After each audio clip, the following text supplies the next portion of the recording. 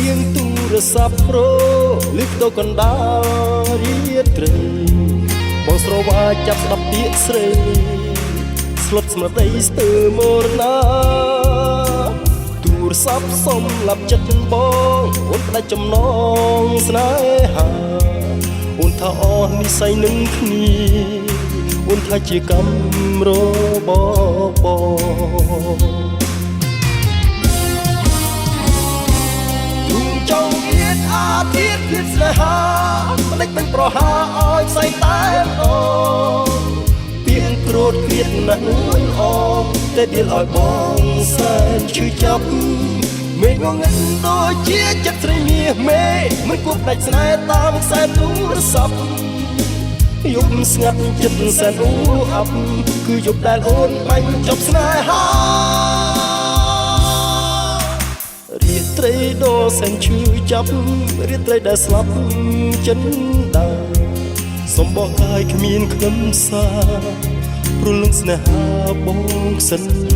ខ្សែ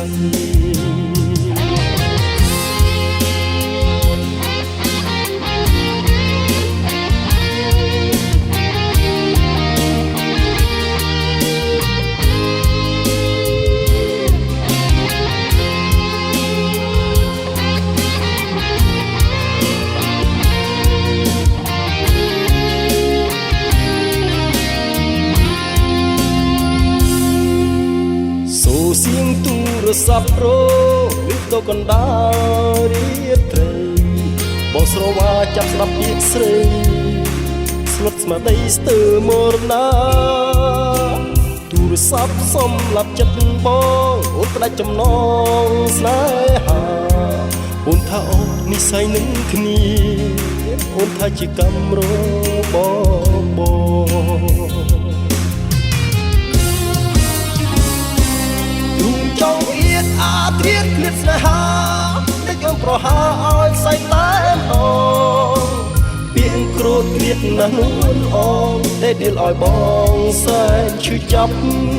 មេងងឹតដូចជាចិត្តស្រីមាសមេមិនគួរផ្ដាច់ស្នេហ៍តាមខ្សែទូរស័ព្ទយប់ស្ងាត់ចិត្តសែនអ៊ូអាប់គឺយប់ដែលអូនបាញ់ចប់ស្នេហារាត្រីដ៏សែនឈឺចាប់រាត្រីដែលស្លាប់ចិនដាសំបកកាយគ្មានខ្លឹមសារព្រលឹងស្នេហាបងសិនខ្សែ